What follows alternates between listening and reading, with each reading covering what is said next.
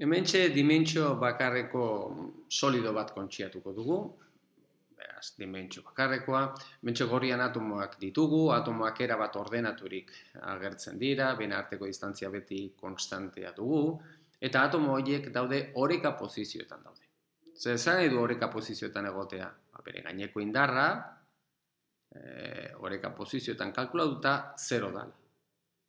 Baina adierazpen hori, adierazten badugu energia potentzialen funtzioan, badakigu zein den indarra eta energia potentzialen arteko erlazioa, indarra dugu minus energia potentzialen x-eko derivatua. Beraz, oreka posizioetan kalkulatuta hause 0 dugu. Energia potentziala V adierazpenaren bidez adieraziko dugu.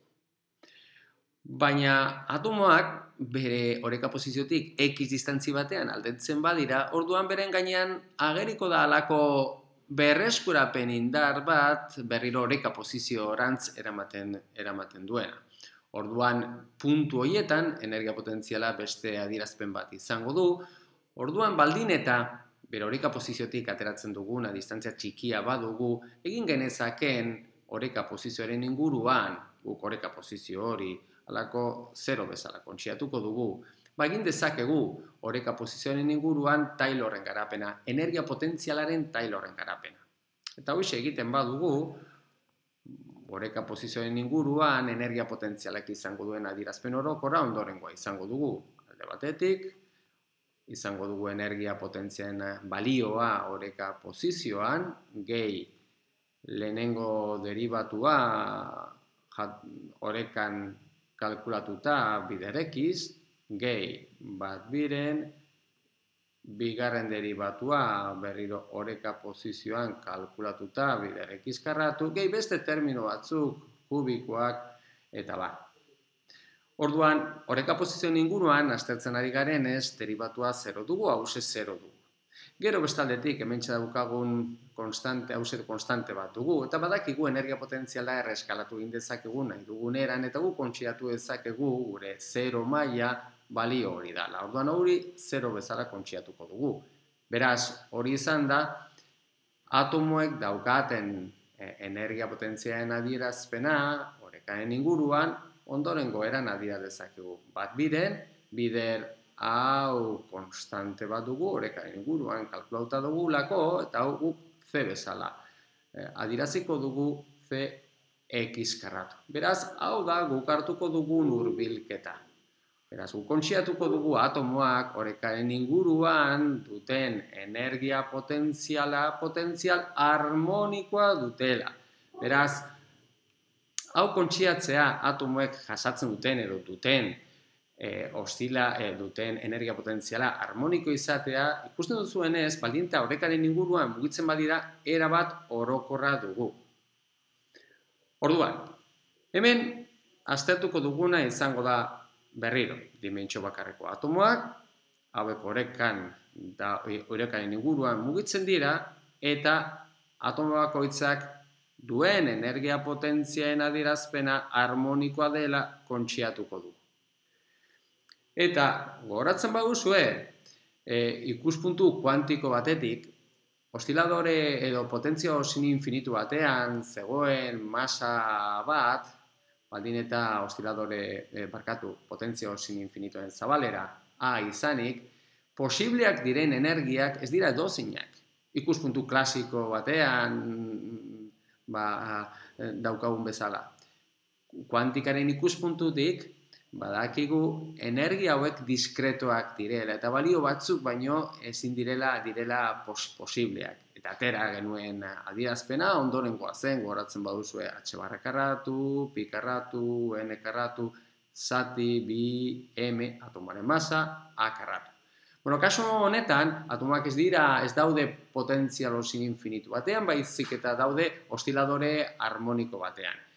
Eta hemen ere, emaitza kuantikoak edo Schrödingeren ekuazioa aztertzen badugu, aterako genukeen energiak, ikuspuntu kuantiko batetik, posibleak diren energiak ez dira edozinak, baizik eta kuantizatuta daudela.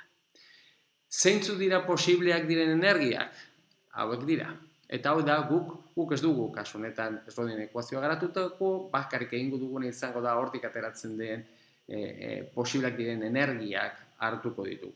Posibleak diren energien adierazpena ondorengoa dugu, bat biren gehi n, hauxe dugu zenbaki kuantikoa, zen mailatan gauden adierazten duena, bider h barra omega.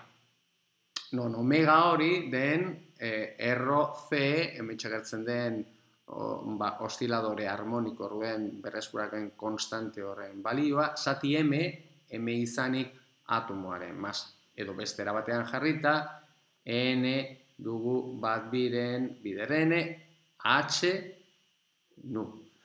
Nu hori den omega zati bipi. Ordan, bai omegaren funtzioan edo nuren funtzioan adieraz genezake. Eta mailen adierazpena n zenbaki kuantiko hori izan daiteke zenbaki naturalak 0 barne, 0, bat, bi, hiru eta bar.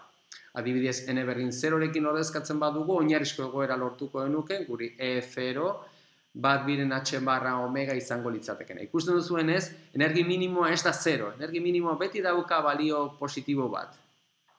Hau izango litzateke oinarrizko maila. Urrengo maila, n berdin bati dagokiona, da 3 biren h barra omega. Urrengoa, n berdin biri dagokiona, 5 biren h barra omega, eta bar.